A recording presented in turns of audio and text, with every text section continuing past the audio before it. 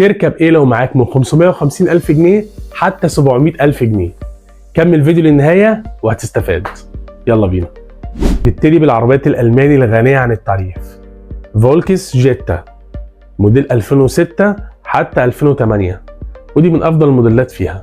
فتيس القديم أفضل حاجة، ويليها أختها الجولف 5، هي الجيتا بس هاتشباك، وبرضه يفضل تكون 2005 2006 او تكون الفتيس القديم اللي هو مشاكله بتكون قليله شويه من فتيس الدي اس جي الجديد اللي هو الدراي، عشان ما يحصلش معاك مشاكل في حته الفتيس.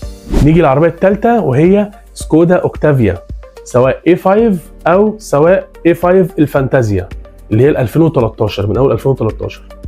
دي عربيه محترمه جدا، كويسه جدا وواسعه وشنطتها كبيره وعاليه عن الارض، وستيبل طبعا محترم بتاع العربيات الالماني. دي عربيات ممكن تركبها كويسه جدا في الرينج ده، فئه العربيات الالماني.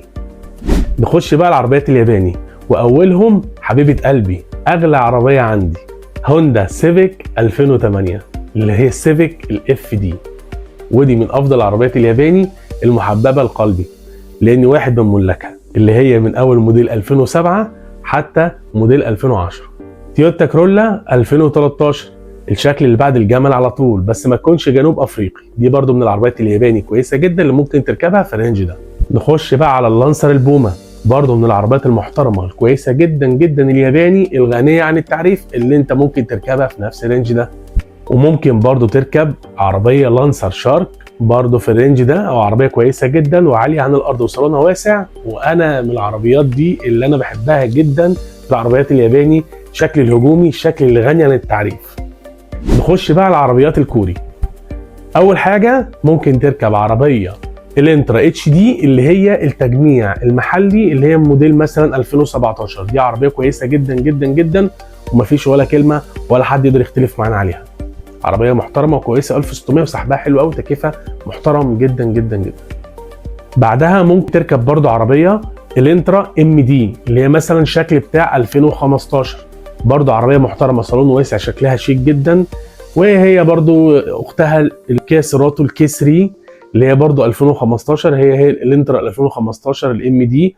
هما الاثنين دول برضو ممكن تركبهم في الرينج دوت. عربيات كوري محترمه، اعاده بيع كويسه جدا، قطع غيار منتشره جدا جدا جدا، وعربيات في السوق المستعمل محدش يقدر يختلف معانا عليهم. وده كان تقريرنا الجزء الاول من سيارات من 550 حتى 700,000 جنيه. تابعني عشان تشوف الجزء الثاني قريب جدا ان شاء الله. وانا كريم من قناه كيمو كارز، وبقدم محتوى عن السيارات.